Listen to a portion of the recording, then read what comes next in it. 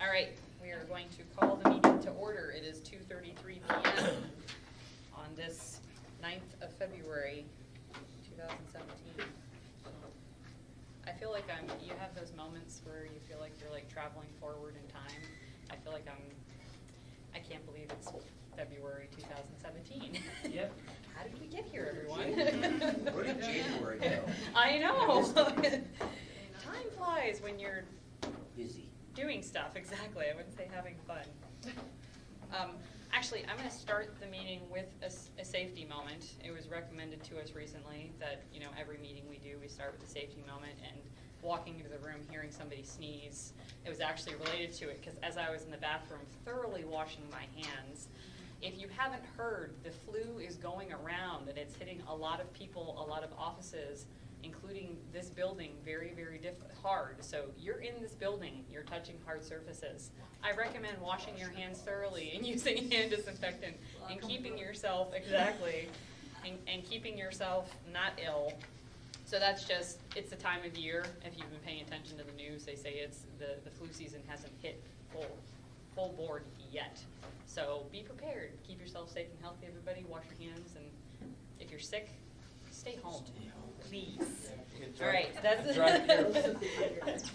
And drive carefully. Yes, and drive carefully. Obviously, related to that, I've been complaining to my husband for the past 2 weeks that at my drive at 5:45 in the morning to go to the gym, nobody has been driving down Tudor faster than 30 to 35 miles an hour. And then today, for some reason, I'm driving 40 and everyone else is doing 50 to 55. And I'm like, what is going on? You've all been going so slow, and now I'm going slow, and you're driving like crazy. So I know, and there was later in the afternoon. So drive conditions are always changing. This is Alaska. Newsflash. All right, roll call first. Ms. Heil. Present. Ms. Marmillo is here. Mr. Van Hove. Present. Mr. Hanson. Here. Mr. Hassan. Present. Mr. Amundsen for Mr. Young. Mr. Hart. Here. Mr. Lindemood. Present. We do have quorum.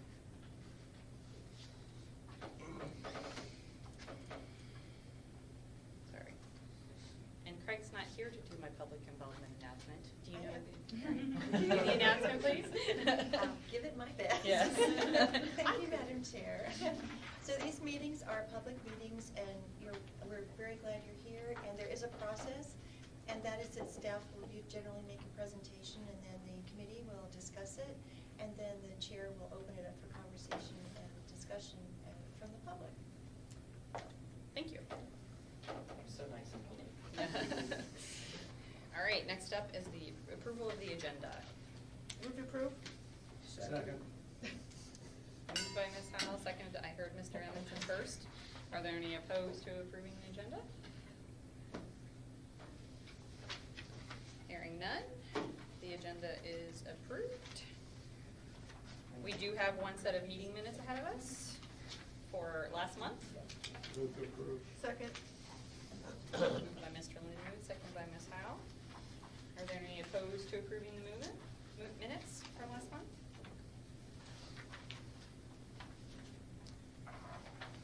Hearing no objection, those minutes are approved. Thank you for keeping us up to date. It's nice being able to read them and remember what we did last month. All right, moving right along. We have one action item ahead of us, and it's the 2015 to 2018 Transportation Improvement Program Admin Modification number 13. That'll be me. Yes. Sorry, I wasn't sure if you were Take it gonna away. Aaron? I was like gonna sit here, but I'm like, no, I flail around when I talk, so I better get out of everyone's way. Aaron Yoganailan, DOT NPF AMATS planner. Okay, so first off, you saw Admin Mod 13 last month. However, between your guys' recommend to approval to the policy committee and getting to the policy committee, there were a few changes that happened. So there's some more people I'll wait for them to come in. So we had to pull it back before policy committee approved it, and then make those changes and bring all of it back to you guys so you can see it again in its entirety. So you'll notice that there's some things that haven't changed and some that have. So I'll kind of go through as much as I can. Hold on just a second, Aaron. Let the record show that Ms. Betko joined us. Thank you. Awesome. Thank you. Okay, so on the first page, table 2, the HSIP projects, nothing's changed on this since you last saw it. You guys did get a presentation on that last month, kind of just general HSIP projects and what's going on. So Mr. Knowles with DOT did that. So if you guys have any questions about the HSIP, let me know and I'll try and get the answers for you. Table 3, roadway improvements. There were some changes to this table. One of the first changes is the Dowling Road West Extension construction overrun. You can see we zeroed it out because it's not actually being paid for, or wasn't paid for out of AMATS allocation. The state put some money towards it to cover it. So freed up some money for AMATS. Woohoo. You'll see that the O'Malley Road reconstruction amount in 16 increased, and I'll get to that in a minute. And the amount in 2017 for it decreased, so we're ACing less funding over it. And again, I'll explain it a little bit there. We did have an overrun for Eagle River Road rehab. So we're showing that in 17. And then we upped the pavement replacement program to help balance the program after it was done. Basically what happened is there was some additional funding that became available for the state to use in specific areas, AMATS, FMATS, it's CMAQ, congestion mitigation air quality funding. So it's very specific, very limited on its use. The state had some and put some towards AMATS projects in the TIP, which freed up our allocation to be used on other projects that were in the TIP at the time. So the majority of it went to O'Malley because it's such a large project. So that's why we have an increase in 16 and a decrease on the AC amount in 17. But I do want to note the 17 amount does show an increase for construction costs. The bids came in higher than anticipated, so those have been kind of rolled in about $3 million higher than anticipated with all overheads and everything. Yes. So it's been added into 17. And then we have a zeroing out of Birch Road to help balance the program because we're not at the point, AMATS and DOT are not really at the point to start that project yet, so we're kind of pushing out to 18 and see where we want to go from there. So as you can see, we pushed out $1 million to 19 to show continued 18-19 funding. So, any questions on the roadway table? So for the O'Malley Road amount that you said changed for 2016, that money will be expended, or already has been expended, pretty much. Already has been. Yeah. Pretty much. Because we're We're in 17. We're in FY 17, Yeah. aren't we? Yeah.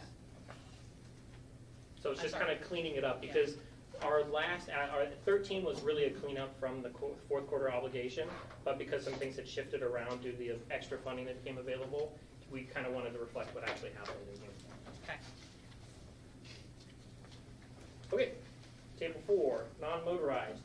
As you can see, bike ped, we're just kind of readjusting based on what actually was obligated. We weren't able to get the full amount obligated for the bike project, and so we kind of moved it around. It was the same as last month, so there's no difference. One big difference is an extra $1 million went into the Anchorage Area-Wide Trails implementation in 2017. This is part of the balancing the program. Because we AC'd less for O'Malley, some additional funding became available in 17, and one of the major needs was the Anchorage Area-Wide Trails improvement, it says implementation, it should be rehabilitation, sorry about that. And it's Fish Creek is actually a little more expensive than anticipated, and we're doing the Benson Pathway. We brought that to you guys quite some time ago to talk about it. So we're still moving forward with those projects. Table 4A, transportation alternatives. Nothing changed here from last time you guys saw. We're just moving some money over. Table 5, the only change we have here is we increased the amount of money that's going to the transit fleet replacement. We went from $900,000 to $2 million. So that, again, that's part of the balancing. Where can we actually put the money and make sure it gets obligated for the year? Ms. Howe? So where did the CMAQ money go? Which projects did the CMAX money go to? If you'll notice on the tip, we actually put in the descriptions where the CMAX money went to. So one of them went to the pedestrian plan project implementation in 2016, and then the rest went to the majority of the projects that we show in Table 5, congestion mitigation air quality. So it went to arterial roadway dust control, the traffic control signalization, bus stop facility improvements, and the transit fleet expansion replacement operations. And it helps that we have a CMAQ table where municipality puts and identifies CMAQ projects. Yes, it does help. And it's really nice that kind of this funding comes available to help kind of offset and give us some more flexibility and freedom for this kind of stuff. I just wanted to point that out. It's a really good thing that we have this table. So that's it. Okay, so the major, just so he said HSIP was the same.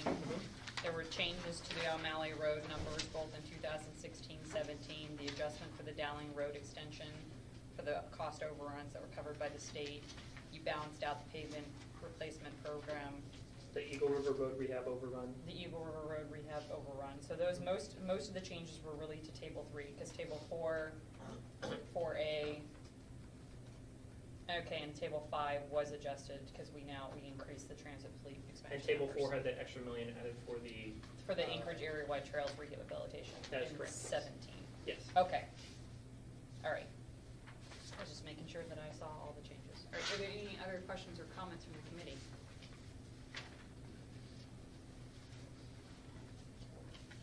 Are there any questions or comments from the public at this time on this item? As LB says at the assembly, is anyone wish to testify? Anyone at all? Seeing none, the matter lies with the committee. Move to approve. Second? Are there any opposed to recommending approval to the policy committee? Alright, hearing none, that item is, what was that? Who moved? Was it Hart? Hal, did you Yes. move it? No, I think I seconded. She's at Hal, I moved it. you moved it, Jim. Sorry, I didn't recognize your voice for that. Sorry. He's throwing it my way. Yeah. Projecting. Yeah, exactly. Mr. M, yes. Sorry, usually, I'm glad to know that usually I say it and it's helpful. I figured if for nothing else, if we miss it when we listen to the record, I say it out loud, then at least it's documented, so I'll continue to do so. All right, next item is informational item, the 2040 Metropolitan Transportation Plan update. Thank you, Madam Chair. For the record, I'm Vivian Underwood. I'm the planner with AMATS.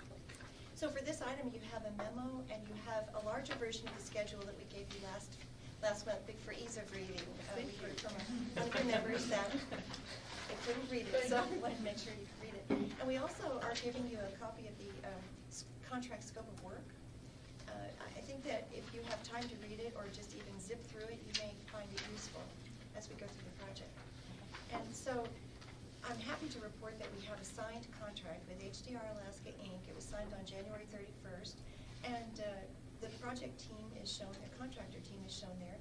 And today we have Lori Cummings, who's the deputy project manager from HDR with us. Lori, you want to stand up? Thank you. We are thrilled with the project team. We think you're going to be happy with the results too. And I just made one error. Solstice Advertising actually went out of business in September of last year, and so there was a substitution of William Frazier, and they're going to be doing some videos and that type of thing. But most of the public involvement is going to be done by HDR. So, and they've got some snappy things. The scope of work is mostly from the request for proposal, but we took the key elements from the public involvement plan that they proposed, and those are in there, so you might want to take a look at those and see. And the schedule does not have the staff tasks that are going to be done, particularly for air quality conformity, and so those are shown here. We've been working closely with air quality. Chris Salerno is here today, and Ann Schlapia. So they're proposing to do an early look in April of 2017 when the preliminary uncertified data is available, just to see if we're going to be looking at any problems that we might want to be thinking about. I understand from Chris that we had a close call with the PM10 Correct, yes. right, reading, so we get 3 of those in 3 years and we're toast. So, so we don't want that to happen again. So the sooner the better, right? And so Right, but there's a difference. PM10, was that in Eagle, that was in Anchorage, right? That wasn't Eagle River? Correct. That Right, was so Anchorage. Eagle River's in pretty good shape. Anchorage doesn't have, it was never a problem with PM10 officially. They were never designated as a non-tamed area. So officially, you don't have to do conformity on PM10, but we have to use conformities on carbon monoxide. Right. And for these guys, it's 8 quarters, 8 continuous quarters. We have to show a design value, 85% of the standard. And they'll be looking at that data. We got the request in from the municipality, and Barbara's got it, so. Great. So I gave her a copy of the 2035 conformity determination since she didn't understand what any of that was for. So I gave her a copy of it so that she knew what the data elements needed in order to update all those charts and tables. Mhm. And if she'd had any questions, let me know, but I haven't heard from her. Okay, So. very good. I'll speak with her also. Yeah, she just didn't understand what it was. I mean, she goes, her aunt said conformity, and she was like, ah. Right, right. So we do have to deal with conformity for the limited maintenance plan for Eagle River. Yes, for PM10. PM10, yes. And so, For the record, would you mind stating your name for the oh, record? Christopher Sawyer, I'm Muni Air Quality. Thank you. Sorry, thank you. Here, you can continue. Well, and so, we're just waiting for the data, Yeah. 2016 data to be certified by DEC, and we'll be able to run with the ball. Okay. And the certified data happens in May? Actually, the end of March. March? I will be able to get my hands on it, but the EPA certifies in May 1st. We officially submitted it in May. Do we have any idea how? We shouldn't have a Not a problem, problem. but it's just a matter of doing the interagency consultation once we have the data to show them that all of our transportation control measures are still in place, and certify that we're still doing the plan as it's written, and our data shows that we're still meeting the requirements of the limited maintenance plan. Okay. We also have the looming retirement of 2 key DHHS staff, including Chris. So that's another reason why we want to make sure that we don't have any problems ahead of time. And so by summer of 2017, we should have a draft of the air quality conformity determination report. I'm sorry, when? By by summer of 2017? Yes, I will hopefully have everything in place by the beginning of summer for the conformity determination. And I'm also looking at the trends report as we speak in chapter 9, which I think I need to chat with Barbara about because I think we're on the same page there. So yeah, we're working on all of it. So thank you so much. We had a good meeting. I think we have everything squared away on that score. Oh, thank you. I mean, I pointed it out because it wasn't on the sheet. Yeah. on the thing, so. You're right. And so we're gonna be modifying the schedule as we go. We're gonna be putting in policy committee and TAC meetings also. So the next item on the memo has to do with process. And this week, we met with the Citizens Advisory Committee for the first time. We gave them an introduction to this project. And they're actually very interested in this project. They want to be involved. And this is the first time in recent memory that we've done a plan like this with a Citizen Advisory Committee that was not the Planning and Zoning Commission. So we're all sort of learning as we go and learning how they want to participate. And so for the last 2035 MTP, the public involvement plan went to the TAC for approval. It did not go to the policy committee for approval, and it did not go to the public for review and comment. So what we're thinking is that we will do the same thing for this. We'll bring the public involvement plan to you for approval, but we'll take it by the Citizens Advisory Committee for input, and then we'll bring all of those comments to you so that you can decide. And then we'll take it to the policy committee for information and for feedback. But you all will approve it. And so the last Metropolitan Transportation Plan, we did not put out the screening criteria, the initial screening criteria, or the goals and objectives or any of that for public review and comment. But we always do that for the TIP. So we've had quite a conversation with Ms. Heil about this and the Citizens Advisory Committee. And so what our thought is, we had our first kickoff meeting with the project team. So what's proposed is that we'll do the same thing for the PIP. We will, on February 17th, this internal staff will get a draft. It will be a first deliverable that will try to lay out the goals and objectives, the performance measures, and the screening criteria that we've used in the past, and it will bring something to you that you can react to, and we'll take it to the Citizens Advisory Committee first, and we'll have a chance to look at it. Then we'll bring it to you, And then sometime in April, we will have some things for you to bring for your approval. And that will be probably the goals and objectives and the screening criteria. And rather than, we have to stay on schedule, that's the thing. So if we really utilize the Citizens Advisory Committee, which is what Craig really wants us to do, then especially for these early documents, then we can keep going, but it will have some good review. So that's really it. We need to stay on schedule, that's the thing, and utilize the Citizens Advisory Committee,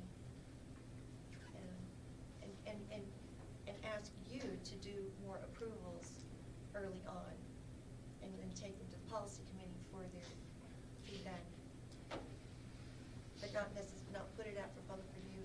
A 30-day public review period, we will get way off schedule if we do that. So. Okay, but the Citizens Advisory Committee, you just met, it was Tuesday, wasn't it? Yeah, it was Tuesday. I'm going to assume you're meeting more regularly than quarterly. We will, and they said that their preference is actually to get documents electronically, and then what they do, they don't always necessarily meet to discuss as a group with their comments. So some people are more interested in some things than others. So it works well for them if we provide them the documents and then they give us their comments. Okay. And if we need clarification, we can get that. And if there's a conflict between a couple of members, we'll probably ask for a work session or something, or special meeting. Okay. And if the document is provided to the Citizens Advisory Committee, I mean, all documents that are provided to us are public. Yes. Is it the same when it goes to the Citizens Advisory It Committee? is, they are public meetings. Okay. They're not posted, as I understand, they're not posted like a week in advance, Okay. but the public is welcome to attend the meetings. Okay. But they The don't have meetings any are posted, Right. the meetings, sorry, Jamie Acton, staff to the CAC committee. The meetings are posted quarterly. The agenda is posted, but we don't post the packets the same way that we post your packets. Okay. So, just because we don't generally have business to work on, so. Okay. So, I'm trying, yes, Ms. Howe? So what they're proposing is if you have a meeting every quarterly, but you're just giving them a bunch of information to work on individually, and none of that is posted, that actually you're never giving the public an opportunity to weigh in or come in on any of that stuff unless it's on that quarterly meetings, correct? Well, and when it comes to us, it will. Right. Yeah. What I'm just looking at is what's gonna be the principle later on down the road. And we can start to Well, we- post everything once we get it. That's not a problem. That's all I'm willing to worried do about. that. That's all I'm worried about is later on, Mhm. down the road, when someone says, I didn't have an opportunity to comment on this when you guys were working on it, and that's wrong. And then it slows us down even more because we have to go backtrack and put something out. And Yeah. none of them will pay any attention to it until after they didn't get their projects Right. selected. Yeah. Right, but if we have it, and we can say, if they complain then, you say, no, here it was. Here was the process. Maybe it doesn't have to go out for 30 days. Maybe it just has to be posted for 2 weeks. Or maybe it just has to be something. And that was the question. All I did was ask the question Yeah. about the screening criteria, because the screening criteria, even if it's initial, and you will put it out and say, this is pre-screening, initial, will be changed after, performance measured. But then you have documentation that you allowed people the opportunity to comment on it later on when they're complaining about how come their projects didn't make the cut. That's all I'm just is asking the question. I can completely understand Yeah. the need for timeliness, and I think there's ways we can figure it out. I'm just thinking, I still feel very strongly that some of this stuff needs to be released, even if it's only 2 weeks, so that we're defensible in allowing people the opportunity to comment on some of this stuff. I do appreciate that. I think that a workaround might be to make sure that we post everything to the Citizens Advisory Committee. Because those 2 little boxes at the end down here, that's all the wiggle room we've got. 2 months' time of wiggle room. If we get off schedule, if we put out the criteria for 2 weeks, and if we put out other things for a couple of weeks, we're already doing a call for nominations, which is a good thing. But we did talk about the evaluation criteria, the initial screening criteria. It's in the scope of work that we we could revise them. Actually, we started talking about that. People might get angry that the screening criteria might be revised later. If their project doesn't get into the plan, they could say, so we have a conundrum that the land use plan will not have been adopted by the time we're ready to do the screening criteria. And the resolution that the policy committee passed says that we will look at the land use plan, especially for an update of the goals and objectives and the screening. It'll affect the screening criteria.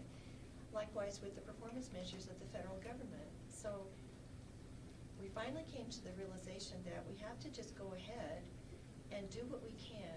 We're not going to do them right off the bat. We're going to take a good look at everything, because the goals and objectives have to be aligned with the performance measures, have to be aligned with the MTP selection criteria and with the TIP criteria. So because you manage what you measure, and you want to make sure that you're measuring what you said you wanted to do in the first place. And if those are not all aligned, there's no defense really, right? So we want to make sure that all of those are harmonized. Yeah. And the TIP criteria actually went through a really good, rigorous analysis of making sure that they were harmonized with the goals and objectives of the MTP. So that's already, and we may do another round of that, but that's a good thing. But that didn't solve any questions or answer anything, though. Well, I think if we post the documents to the public for the Citizens Advisory Committee,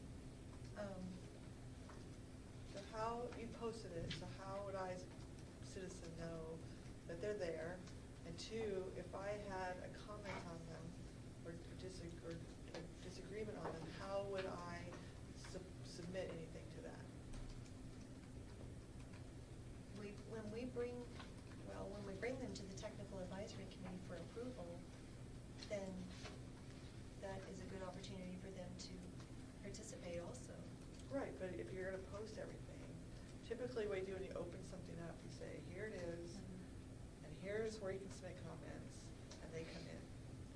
I would assume that we're gonna follow our normal policy where if we have something that's gonna go out for review, we'll send an email blast out, provide them with the comment form, and give them the timeline that we're gonna be receiving comments until, and then the comment response will be formatted and presented. Right, so what's the difference between posting them on the website for anything that's posted, and then just have a generic, edit, just leave it open with a comment form or comments? Doesn't have to be an official start, stop, just anytime Throughout they the want to put process, comments during that period of time that it's being worked on by the Citizens Advisory Committee. And if anything comes in, then you can give that information to the Citizens Advisory Committee, Yep. and they can look into it more. I mean, that's where you really get help at the TAC level and at the Citizens Advisory Committee. They're supposed to be getting information externally to them, bringing it in, helping mash out what are the big issues, and then raise those up to the TAC to make decisions. And then it goes to the policy to make any policy calls. So you have to have information flowing into the Citizens Advisory Committee, and they can't just be given documents, they just read it and say, how are they gonna get input? Are they taking it upon themselves to go out? Is there any mechanism to allow input into them? So if you're gonna post everything on their stuff, I'd have a link that says, if you have a comment on any of the information posted here, please fill this out and send it in. And then when they're done, you take it off. And so then there's no more opportunities for commenting or sending information for that document's been posted. Yeah, That's an definitely option. do that. That's an idea. All I'm just saying is it's trying to fill in ways to bring more information in to the people at the right levels. You'll always have TAC, but that doesn't mean you don't have anything at the citizens the citizens committees. If we do a good job with that, then you would be satisfied I with that it. completely. Thank you so much. Okay, That's a good job. defensible, because then you could say, well, it was posted for 2.5 months. Here's a comment, you had it here, it brought it to this is what we had. It's solid. Thank you. That's extremely helpful. Any Sorry. it's a good point, and it comes up, that's actually, I think, one of the biggest questions that comes up. I'm not involved with the TIP, but when it comes to the capital improvement plan and what we do here at the municipality, the biggest questions are, how do you screen these projects? How do you evaluate them? People want to know, because they want to know why they didn't make the cut. So, I mean, and that is one of the first things that anybody from the public is going to ask, really. So I think it's valuable conversation. It could so. be you put on your webpage, when anything's posted on there, you have something on the main page of AMATS saying there's a bunch of information here, the citizens advisory committee is working on these tasks. If you have comments, go visit their webpage, you know, so they always know when it comes off. And it can be used for a tool all the time, it doesn't have to be just the MTP. And then anything that we have material that comes out, anything that you email blasts, you're constantly reminding people to check the Citizens Advisory Committee's webpage for what's latest that's being currently worked on that they can submit comments to. But then you have the whole big picture. It's consistent, awesome. So, thank you. Oh, Yeah, Mr. Harper? I just want to make the comment, I'm in agreement with Ms. Eel. And Heil, yeah. Heil. And I received a comment today from the public about this. And so they also want to know who's on the project team. I mean, right now, they're at that level. Who's the project team? And they're asking basic questions. Let's get the information out there. And I appreciate the way that you described it would work. I think we'd have enough transparency in that process.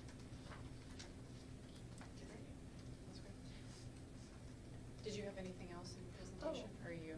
Just, thank you for asking, just about the evaluation criteria. It's probably not going to be a good idea to change them then after we put them out with the call for projects, with the call for nomination projects. So even though things are going to be coming along, like the land use plan and the federal performance measures, I think we need to be conservative about not changing them drastically. I'd make sure you put interim on anything that you have if you have a tendency to change.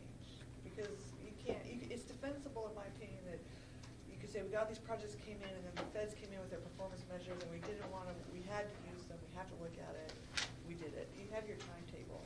Especially if you show the update as soon as you update what the criteria Right, is. exactly. So you go ahead and post the update saying, this is an update because the feds just changed the criteria. Should we put that on the call for nominations? Should we make a little? I would note that here's the call for nominations, here's the criteria, it's preliminary criteria, here's what's outstanding, it could change. They may not like it, but as long as you document it and you're upfront about it. Or you could even mention that it's contingent on, we're still waiting for what's coming out from the nice federal guys. And then we just have to make sure that any criteria that's Since changed, it's their money. you only change the ones that actually Very happen nice with the folks. performance measure. You don't change any of the other ones that have nothing to do with performance measures. That's where you're gonna get caught. Right. For the 2035 MTP, for the 2025 long-range transportation plan, there, CH2M Hill brought us through, had a rigorous set of performance measures and evaluation criteria, and all of those projects were taken through that process. For the 2035 MTP, there wasn't enough money to fund all the projects from the previous LRTP. So the Technical Advisory Committee came up with a truncated list of like 5 or 6 criteria. And one was, is it basically shovel ready? And that has nothing to do with the goals and objectives. But so we did also look at, it wasn't just those projects that had already been through that process. We also looked at plans that have been adopted since then, including the Eagle River CBD study. So some projects were put in there that hadn't gone through that whole rigorous process. So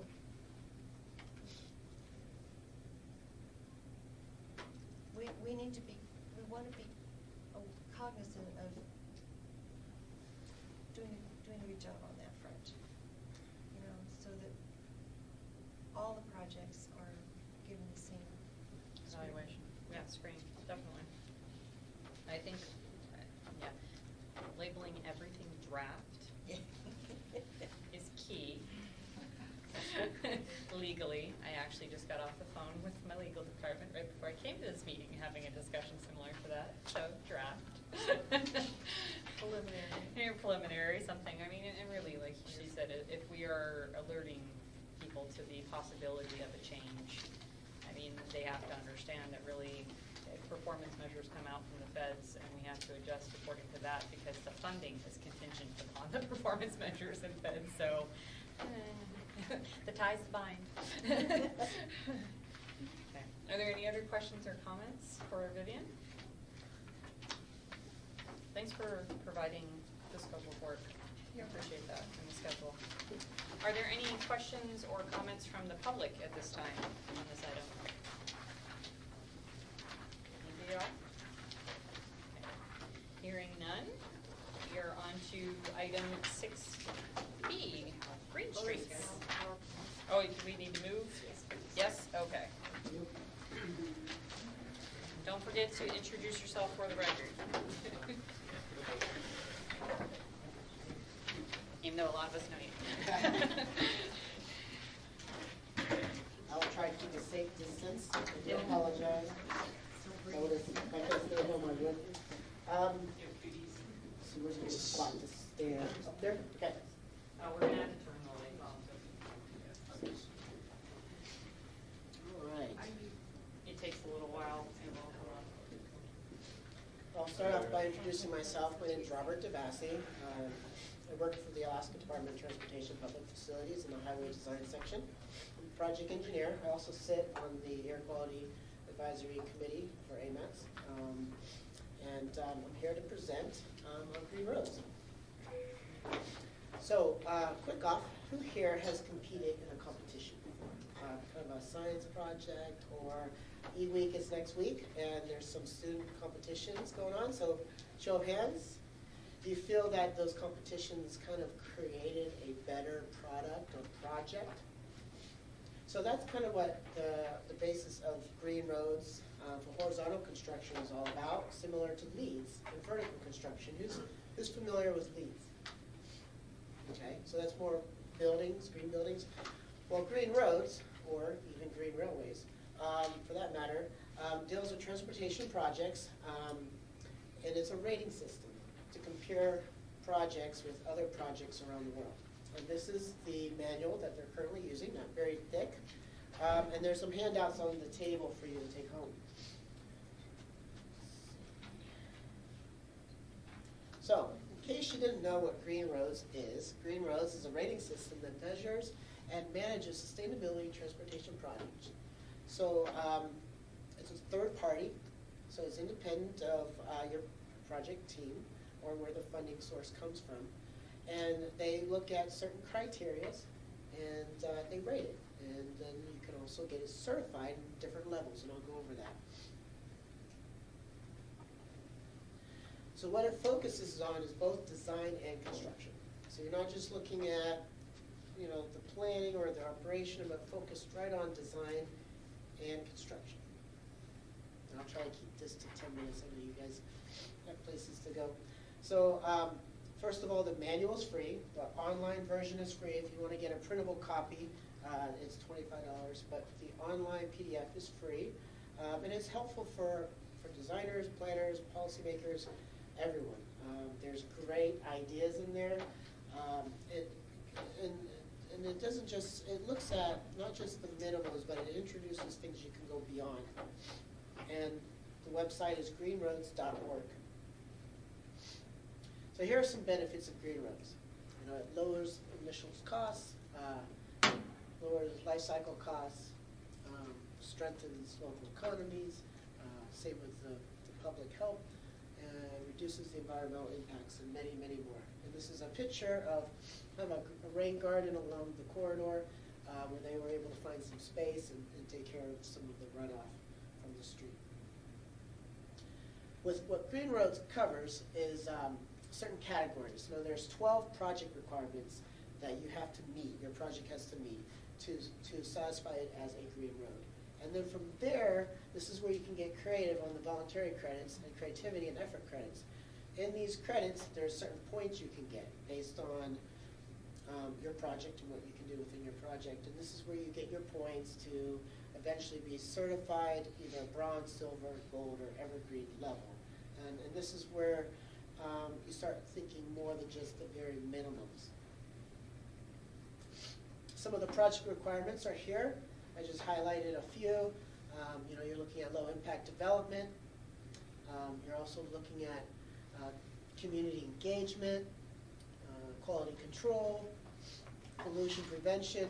You notice a lot of this stuff we do already, but here is we're going to get credit for it. We're going to be able to show the public and the stakeholders and the funding sources that we're doing a great job, or even a better job compared with the rest of the projects around the world.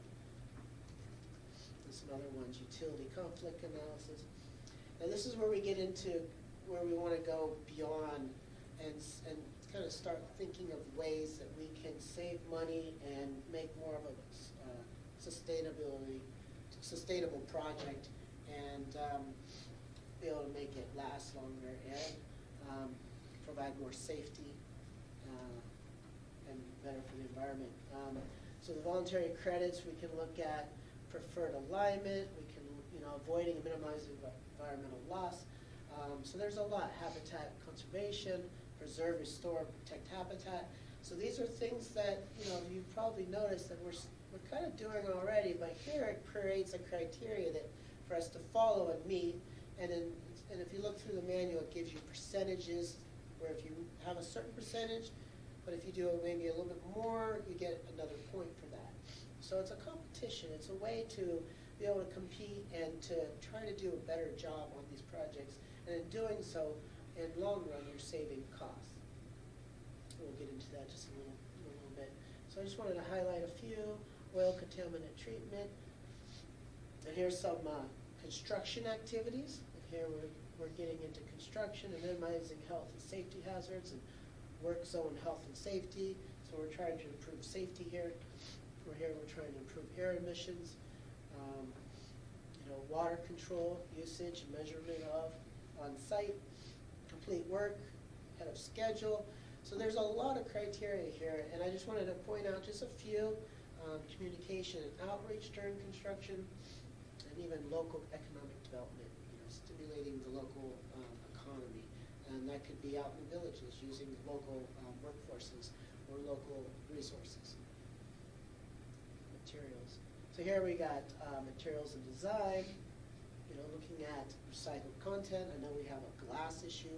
There's a lot of recyclable glass we're not sure what to do with. Maybe we throw it in some of the sub-base material and use that. So thinking of ways to use recycled or reuse materials. Using local materials, reducing your haul route. So there's a lot of things that we can improve on, and what Green Roads does is it rates on how well you're using those criteria compared to the rest of the projects around the world. And I say world because it's not just U.S. focus. I just had a conference call and was interviewed by someone doing a research project for their PhD in New Zealand, and she was asking me questions on green roads, which they have a couple of green roads in New Zealand that they've done. Utilities and control, utility upgrades, so maintenance, access. And here we got energy efficiency, reduce vehicle air emissions, traffic emission reduction, reducing our carbon footprint. So there's a lot here. Things, and keep in mind you don't have to do everything. You're looking at how many points, how many credits can I get on these voluntary credits? How many points can I get to, maybe I want to be bronze certified or silver certified? And we'll get into some more of the details between the difference with registering your project as Green Roads and then certifying it. If you register, you're going to get some help from Green Roads, but if you're certifying it, now you're making sure and you're proving to your stakeholders that you are following through and you're following the criteria and getting scored on through a review process by Green Roads.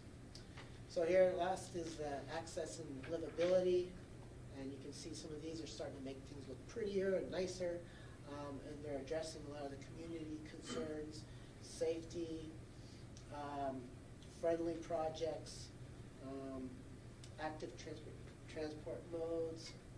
You know, we've heard a lot about active transportation,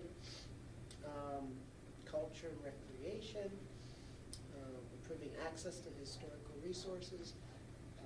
So a lot of really neat ideas here, and keep in mind, you don't have to do all of them, but I like there's one in here about the view, and being in Alaska, I think we would score on that one every time. Enhance, yep, there it is, views and user experience, so scenery, aesthetics. Now, this is where creativity and effort comes in, where you can almost think of your own ideas and submit it to Green Roads and see if they will give you credit for it. Now, I'm a sustainable transportation professional. There's 4 levels. I'm working on my 2nd level, but the more STPs you have on your project team, the more points you can get. I think there's only 2 of us in the state so far. Yeah, Chris Croft from HTR has his STP, and I think he did his graduate studies on Green Roads a few years back from Washington. But it's an exam to take, and it's through their website. But it's one way that Green Roads is trying to educate more people, and I encourage more people to get their STPs, because then when Green Roads comes up, or state sustainability, or different ways to be able to save money through being sustainable, that is one way to get educated and find out more about Green Roads. So here, talk about submitting new credit, yep, and then match practices to local strategic goals. So we're looking at project requirements. We're looking at, I'm going to have a laser pointer. Yep, environmental and water. We're looking at construction activities, materials and design, utility and controls, access and livability, and then your creative and effort. So these are the categories that we're looking for, and then the intent of each one. And if you notice, a lot of them are in design, and also a lot of them are in construction, so they kind of go hand in hand. I wanted to give you a picture of what a kind of a rural look of a Green Roads would look like. If you notice, you got your scenic views, you got your local materials, life cycle, and you got your natural cut slope, recycled materials. I mean, it almost looks like the road down the turning an arm. So, you know, it's something that we can easily do and get credit for. And then for urban, almost looks like you, man. But, you know, this nice pedestrian overpass. You have your LIDs, context sensitive solution. So, I mean, this is what a Green Road would look like. And just keep in mind, if you want to explore more on what other projects, Green Road projects look like, on greenroads.org's website, they have 100 of projects that you can click on and kind of read on what they did and what credits they got for. So it's on their project website. They also have Q&A on there if you have questions, and great videos as well. Geraldine, the executive director for Green Roads, has done a great job with some of the videos to kind of pinpoint certain areas they did on each project. So, why rate your project? Well, there's a couple of reasons and sources where they came from. For the most part, you're going to have some initial costs, some soft costs on time that you're, you know, collecting and submitting information. But for the most part, you're going to be saving money. And that's the big seller, I think, for most of us is, am I going to save money doing a little bit more work on looking at sustainability? But and the answer is yes, you are. And here's some information on those savings. You know, you're looking at you know, vegetation quality, 30% premium on initial cost, but then you're saving 15% savings per year. You know, safety audit, recycled materials, long life pavement, you know, work zone health and safety, just that alone. So how much does it cost? Well, the screening is free. You can screen your project online. Gives you an idea if your project would qualify for Green Roads. Then you have different registration and project support. It varies on when you want to start green roads. I recommend starting it early in design. And they're, willing to work with you on this as well. But that's what you're looking at per year. And then if you so choose to certify it, then this is kind of the equation they have online that you can plug in. And here's an example for a $16 million project that includes your design, engineer's estimate for construction, and your right-of-way costs. You're looking at around a little less than $8,000 for certification. And what certification includes is submitting documents, them reviewing it, making comments, and then you resubmitting those documents if you need to, and them reviewing it again. As for project support, there's a little comment because everyone's wanting us to find a bold and innovative way to do things. Of course, they want everything exactly the way it's been done for 25 years. And we've been doing this for long over that. And so the question is, do we need to start changing the way we do things? Similar to what Leeds has changed the market on. So for registration project support, you get a welcome webinar. You're listed on the directory of projects that are doing green roads. You have a target score that you're trying to achieve. You have a kickoff training, and you have a lot of online access both to the rating system, a lot of resources, and then you have your workspace, which is online where you submit your documents and you have a list of your project team. So it's they're there to help. And then, for certification process, like I mentioned already, you're submitting your documents, they're being reviewed, you're uploading documents, you're getting feedback, and eventually you get a report, and you're able to display their logo. Who here has driven West Dowling Road and seen the Green Roads sign? Yep. I think they put it on the wrong post because it looks really small. But it's out there, and it looks just like that. It's a pilot project.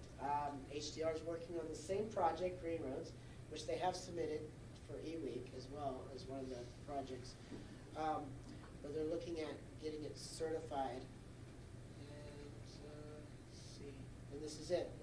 Alaska's first Green Roads pilot project. Kind of the summary. This was based off of the version 1.5. This is version 2, so it was based off of a different manual, but so you notice project requirements were only 11. But it kind of gave us an idea, a score sheet of kind of how we're doing and what more information they're looking for. But it kind of gave us some ideas on how well we're doing and where we can improve on. And then this is what the West Dowling Road entailed. It's quite a bit, as Jim could tell you. A lot of utilities, a lot of challenges, wetlands. This guy right here, Tino Lake, was a challenge as well.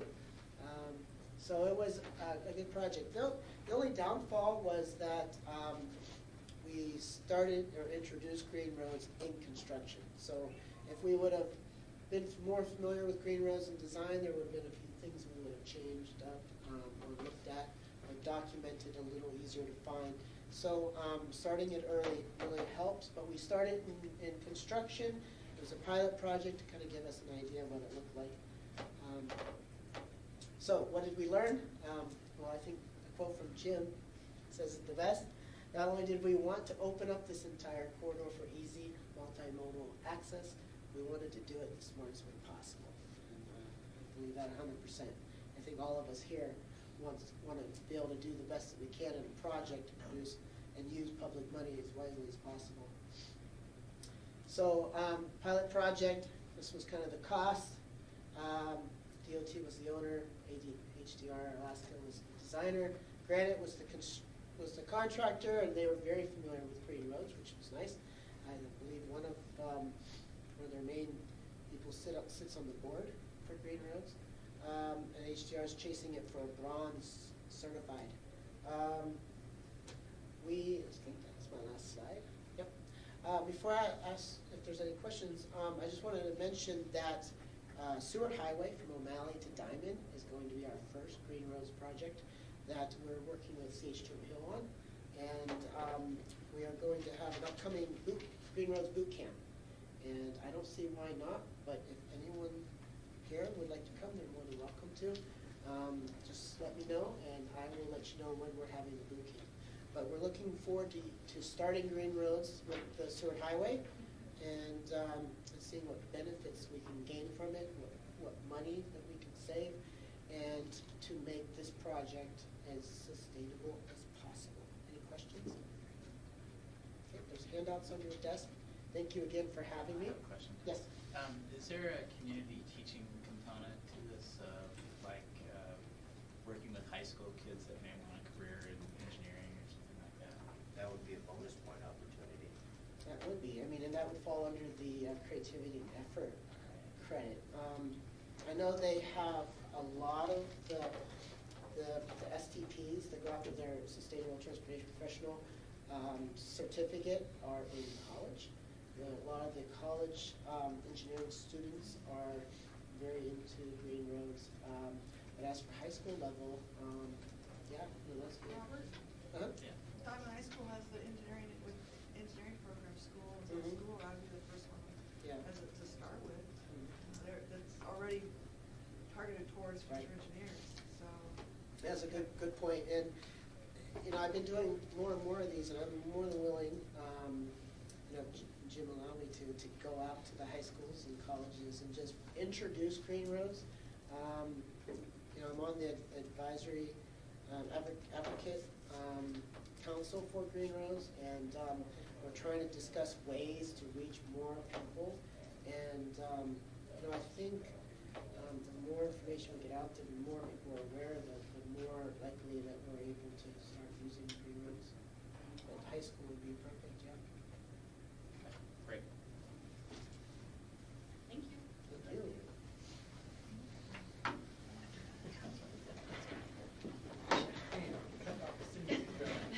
No more of this presentation. That was vicious. I know.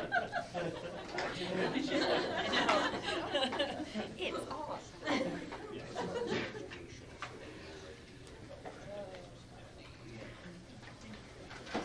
So where did you come up with that? Actually, they quoted, that quote comes from when we were about halfway through the process. They caught me at TRB 2 years ago. Were you at the booth? Yes, I was at their booth and it's on videotape, I can't. Oh, I've seen that. I came from Major Daily News, so. It's on record. Doesn't On record. Coming from you, Jim, I don't know. Are there any other questions or comments from the See, committee most or the folks don't public? know me, so they think it's great. Yes. Yeah, what I do. All right. Thanks. Stop by. Are there any other committee comments for the good of the order at this time? Jim? I guess we could transportation. Yeah, I'm keeping my brain in my mouth, coordinating, sorry. I was still on green roads. For those of you that have not seen the announcements, this coming Wednesday will be the Anchorage Transportation Fair 4th edition. Hooray! We are looking forward to seeing all of you there. One of the other features of this transportation fair that's unique is there will be a series of questionnaires being circulated. One of the biggest questions currently out there is what treatments are the best preferred treatment on how to accommodate bikes and pedestrians on our various roads and roads types. And we're working on actually coming up with a definitive answer to that by participating in a questionnaire that was put together by one of the professors down at Georgia Tech. And we are using their questionnaire to help add data to the research that they're doing. Specifically, they've got a nice grant from TRB from the pedestrian committee there to fund this, and we're gonna be adding our data to theirs. And, So is that the one that ITE emailed around? ITE, To get sent back to we're- Abaza? We've been sending it out to everybody that will hold still and take the time to fill it out. Yeah. But the idea is we want as big of a distribution as we Yeah. possibly can get. And the goal is to, provide some good solid data from everybody on what it is that they want to see for bike facilities, pedestrian facilities, given different, is it a really busy road, or is it a quiet city street? What's the right treatment for those different applications? Which is why there's 4 versions of the questionnaire, is each of the different versions has different street types to get input, and we didn't want to have somebody do 4 of those, because then it would have been a really long questionnaire. So there's 4 separate ones. Pick one, fill it out. Yeah, I was gonna share it with my group, possibly within the Yeah. building, and then We- also, I am the president of the Society of Women Engineers, and Yeah. I have a pretty nice mailing list that I can distribute it to as well, Please share, so. that's the goal. We're trying to get it out to everybody that has an interest. I'm trying to get it out through the Association of Community Councils as well. Awesome. So, if you've got an interest and you are willing to share it with your mailing list of choice, this is not unique to transportation. Anybody that walks, bikes, trikes, or drives, or rides transit is welcome to fill it out. So, anybody that wants to distribute it, let me know. I'll forward you the questionnaires, and we're currently trying to get them converted into a PDF that you just can go Click. directly in and click and fill it in. We're working on that. Yeah. And actually, I once printed mine we already. get done with that, we're gonna send it back to Georgia Tech that way, because they're the ones that put it together Yeah. without including that ability. So Yeah. we're gonna help them out some more, so it's even easier to fill out. So, but that's what's coming up next week on Wednesday, and hope everybody can make it. Okay. Any other committee comments? We're just getting started thinking about our construction coordination, and that's usually handled at the, sometime in the later part of April, so just getting started. Probably is gonna be down here again, DOT, all the utilities, municipality, anybody else that's got construction projects, so. Okay. Anything else for the good of the order? No? Are there any public comments at this time? Going once, going twice? So, See you here. all right, thank you, everybody. We are adjourned. It is 3:36 PM.